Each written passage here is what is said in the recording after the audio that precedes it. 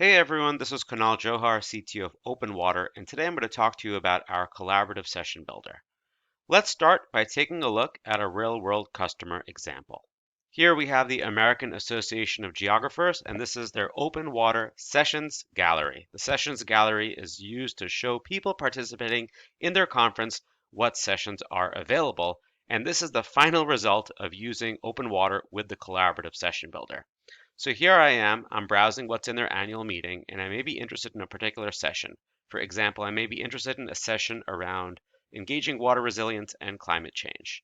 I could click into that session, and I could see information about the session, such as who the organizer is, the description, and then all of the presentations that are associated with this session. I could then click into a presentation and view the information regarding how that one presentation is assembled into the session and how that session is assembled into the larger part of the conference. Let's take a closer look at the concepts. In a previous presentation, you saw how OpenWater can be used for a call for speakers or a call for presentations. What we're talking about now is how we can take each of those individual presentations and assemble them into sessions. In order to assemble them into sessions, the first thing we need to do in OpenWater is create what we call a placeholder session. A placeholder session is something created by an administrative user that will specify who the session chair is, what the title of the session is, and some instructions. In this case, we want Amy Smith to put together a session that includes presentations talking about measurement. So Amy Smith can then go into OpenWater, view a list of available presentations, and assemble a session that looks something like this. So here we see Amy Smith has put together the session, New Ways of Measuring Things. We have two presentations, inches or centimeters, which is better, and digital measuring tapes. Amy's allocated 20 minutes to the first presentation, a 10-minute break, and now 20 minutes to the second presentation. After the session has been assembled, a conference organizer can then take that assembled session and put it onto the schedule. A schedule has a room and a time slot, and here you can see we've applied the room Hibiscus A. The session's also taking place in Zoom, and it begins at 9 o'clock. So here we saw 20 minutes was allocated, but now that it's been scheduled, we see that the first presentation is from 9 a.m. to 9:20 a.m. Then we have the break, and then from 9:30 a.m. to 9:50 a.m. we have the second presentation. All these presentations occur in the same room. All the people that are participating in the session are in this room for the full duration, which is 9 a.m. to 9:50 a.m. So let's take a look as to how we can build all of this inside OpenWater, and we have a training that accompanies this video as well. So let's go ahead and let's install the Call for Sessions template. Here we are in the OpenWater practice system. I can go to Add Program.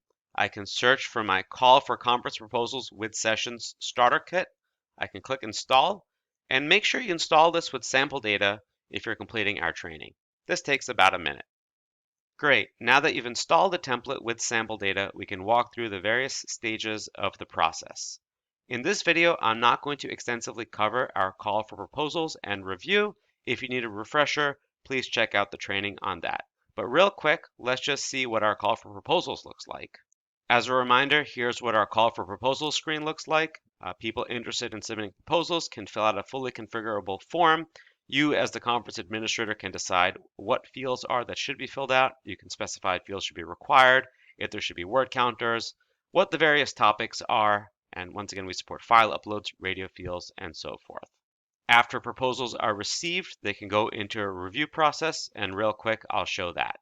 This is an example of our fully configurable review module. Here, a reviewer is logged in. They can see information from the proposal. Once again, you can pick and choose what fields are available to the reviewer. You can also set up evaluation criteria that the reviewer can fill out. Once again, if you need a refresher on this, please check out our longer video. It'll go hands-on into how you could set up a call for proposals and walk through a multi-stage review process.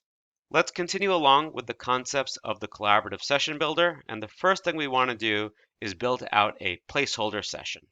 Here we are in the admin panel. You'll see here a new menu option called Sessions. We can go to Manage Sessions, and here I can add a placeholder session. Let's make this placeholder session about thought leadership. You can see I can pick a session type. In this case, let's be an oral presentation. Give an organizer. Let's say it's Amy Smith. And you can see I can choose what restrictions should be available for this placeholder session. Let's take a look at what that means. So once I've created my placeholder session, I can continue to edit some of the defaults around it.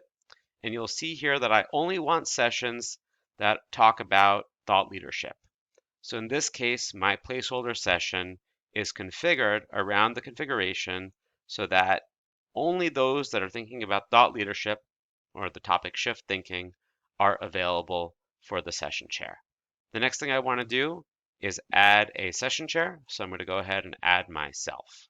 Now that I've added a placeholder session and given it some restrictions, let's take a look and see what the session chair can do. Now I'm in as the session chair, and you can see there's a variety of areas where we can configure directions for this session chair. You can see here that I've been assigned to this placeholder session called Thought Leadership. I can go ahead, view it. I'm given the option to make some changes around the title, the organizer, the description. All these fields can be configured. I have control over the agenda. So here I could take a look at potential presentations that match thought leadership. I can add them to my session. So here I've added the first one. Let me add a second one. I can move them around. Maybe I want to change the amount of time allocated. So we have two 20-minute sessions. And I want to add a break in between. Let me add a 10-minute break in between. So there you have it. As the session chair, I can see information about my session. I have the option of editing information about the session. I could assemble the session, and I also have all sorts of ways of viewing what's available. So in this case, if I want to see the presentation in more detail, I have that information available to me. Everything you see here is configurable, including the text that could be shown here in the shorthand view of the agenda. We can make the details portion configurable. We could make this completely read-only. There can also be multiple session chairs with varying levels of permission, either read-only or full read-write permissions are available. So our training walks you through the public view of creating sessions and what it looks like for a session chair. This was a quick demonstration of our session chair view. As you dive into the training, you'll see just about how much is configurable. You can set restrictions per session type. You can pick and choose the fields that are available on the session compared to those fields that might be different from a presentation. You can allow session chairs to flag things as inappropriate. You can also have session chairs flag things as not belonging in their suggestion, but they can suggest it to be entered into another session. So I highly recommend you dive closer into the training. Continuing along, just about everything else is the same as what you had seen in our call for presentations. I'm going to toggle over to the scheduler.